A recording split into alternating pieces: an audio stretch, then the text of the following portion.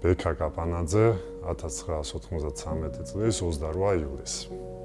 ქალაქი თბილისი. ჩემი კარიერა დაიწყო ასე ვთქვათ, ცოტა გვიან ასაკში, წესით როცა იწყებენ ხოლმე ეს დაახლოებით 6 წლის, 7 წლის უკვე ცურვას რო სწავლობენ, 14-ის ვიყავი, რომ ცურვა დავიწყე. შეიძლება ვთქვა, რომ შემთხვევით მოხდა. ჩემი ოჯახის ახლობელი იყო, მისი ძმა ავარჯიშებდა. გოგა დოლიძეზე მაქვს საუბარი. და უბრალოდ მინდი წადეო. აი მომენტიდან რომ ჩავედი წყალში, შემიყვარდა ცურვით დაწყებული, წყალბურთით გაგრძელებული. მეკარე. სადღაც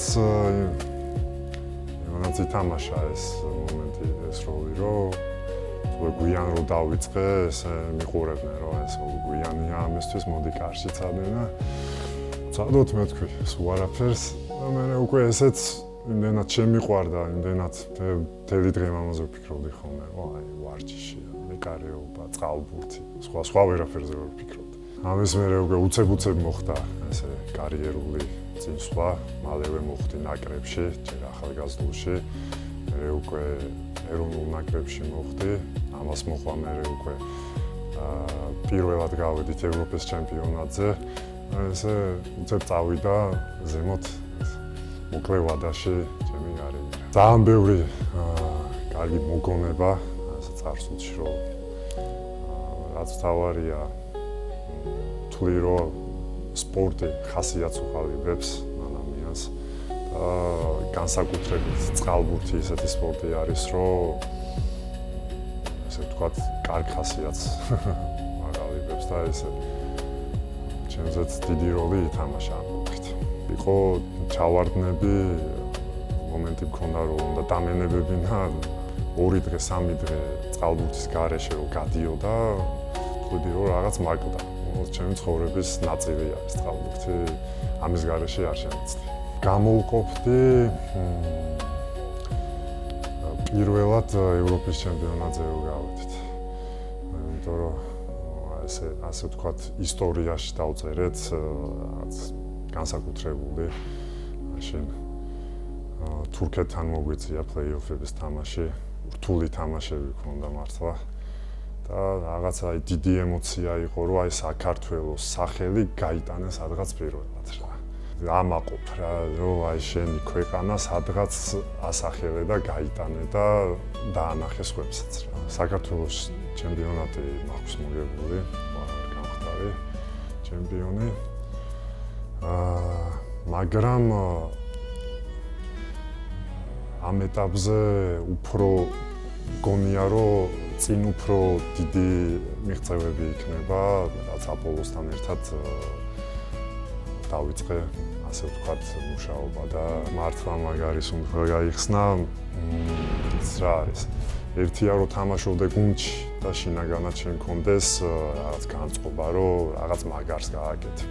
და შენ თვითონ გინდა რომ სპორტული თვალსაზრისით დაანახო რაღაცა მაგარი. მეორე არის რომ ამასთან ერთად ხედავ შენს გარშემო ასე ვთქვათ მენეჯმენტისგან, უფროსობისგან, რომ ძალიან დიდი სურვილი არის რომ რაღაცა წინ წავიდეთ, რაღაცა არა უბრალოდ სიტყვაზე რაღაცა პატარა ტურნირი მოვიგოთ. დიდი გეგმები არის და ეს უფრო დიდ мотивაციას გაძლევს და უფრო გჯერა რომ ხვალდაზე რაღაც მაგარი შეიძლება გააკეთო. ნებისმიერი რო ავიღოთ გუნდში, თუნდაც პირად საუბრებში, ან როგორც ვარჯიშის პროცესი მიდის ხოლმე, იგრძნობა რომ ყველას უნდა სურვილი აქვს, რომ რაღაცა მაგარს მივახცევთ რა. ყველაფერი არის იდეალურად. ერთ-ერთი მიზეზი დავიდან, როცა შემომთავაზე სამ გუნდში გადმოსვლა და გავიგე, ვინ იქნებოდა მწვრთნელები, მივხვდი რომ ყველაფერი იქნებოდა კარგად, ისე როგორც სპორტსმენს სჭირდებოდა. თუნდაც დაწყებული ადამიანური ურთიერთობით მწვრთნელების და მოთამაშეების ეს ერთ-ერთი აუცილებელი ფაქტორია. გაგრძელებული იმით, რომ მწვრთნელთან როცა სავარჯიშო პროცესში ხარ ჩართული, გრძნობ პროფესიონალიზმს. ეს აუცილებლად ნებისმიერი მოთამაშე გრძნობს ამას. სხვანაირად იგრძნობა, რომ აი რაღაცა შეიძლება არ ესმოდეს წვრთნელს, ხო? მაგრამ სულ სხვა სურათი გვაქვს. იგრძნობა როგორც დიმას პროფესიონალიზმი, რეზოთი გაგრძელებული უმაგრესი მწვრთნელები არიან. რამდენადაც მეგობრული, იმდენად საქმიანი. იმიტომ რომ სპორტს როგორც არ უნდა გვინდოდეს და უფრო კომფორტულად შეიძლება იყოს რა ეს მეგობრული და ასე შემდეგ საქმიანი ურთიერთობის გარეშე არ გამოდის არაფერი. სადღაც ცოტა დისციპლინა, სიმკაცრე, მეგობრობა და ბოლოს აი ეს ფორმულა უკვე წარმატებას მოვიდა საოცრად. გუნდში სამწვრთნელო შტაბს და მოთამაშეებს შორის ურთიერთობა უკვე იმის საფუძველს იძლევა, რომ წარმატება აუცილებლად მოვა. შემდეგ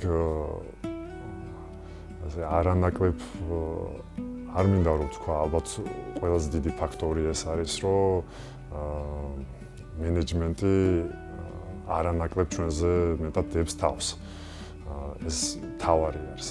ამის გარეშე შეიძლება თავი დავდოთ მოთამაშეებმა, მაგრამ არის რაღაც საკითხები, რასაც უკვე ჩვენ ვერ გავწვდებით. გრაფიკი, რა თქმა უნდა, ურთულესი არის.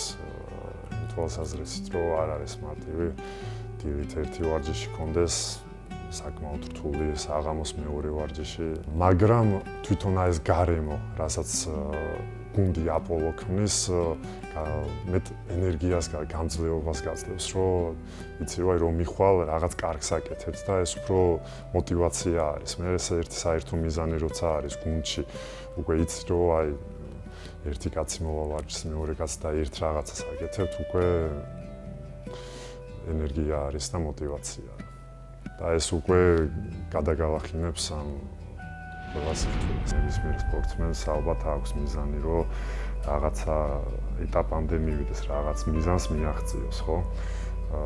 თუ ეს გრძნობ შენ, რომ ეს მარტო შენი მიზანი არის და არა სიტუაზე გუნდის, არა მწვრთნელების, არა მენეჯმენტის, იქ რაღაც მოტივაცია იკარგება, მაგრამ აქ ნამდვილად არ არის ეგ მომენტი, ყოველ დღეურობაში, ნებისმიერ გადაწყვეტილებაში იგრძნობა, რომ ეს არ არის 2 დღის რაღაცა პატარა ისტორია, ეს გაგრძელდება და უფრო მეტი და მეტი წარმატებები იქნება ამ გუნდში.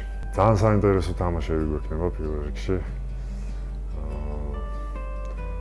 მარტივი გუნდები ნამდვილად არ არის, ეს მინდა აქედანვე ესე თქვა, მაგრამ ამასთან ერთად მზადება მიდის, როგორც სამწვრთნელო შტაბის ასე ვთქვათ, მონახაზებში, ისევე მენეჯმენტისგან, როგორც დავიმატეთ მოთამაშეები, გუნდი გაძლიერდა და მზადებით გამოწვევებისთვის.